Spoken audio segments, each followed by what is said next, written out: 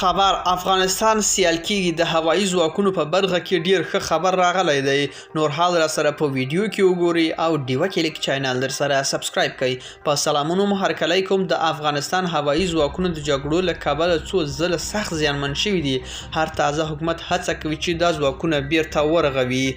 اوس نو نوی حکومت ډیر ښه خبر ورکول کیږي او ویلي چې د دې سره د روسیې شرکت لخوا ژمنه شوې چې هر وخت افغانستان وغواړي دوی تیار دي چې په افغانستان کې د خرابې شوي روسي الوتکې بیرته جوړي او ترمیم کړي. د یادونې وړ ده چې حکومت د روسي هیئت سره د الوتکو لپاره تخنیکي کسانو روزولو په برخه کې هم روسي سره خبرې کړې دي. ملګرو دا و زموږ چمتو شوی ویډیو. که ستاسو دې ویډیو په اړه کم نظر پیشنهاد لرئ موږ سره په کومنټونو کې شریکوای شئ او د لا ښکلو ویډیوګانو لپاره له موږ سره پاتې شئ تر بیا ښې چارې.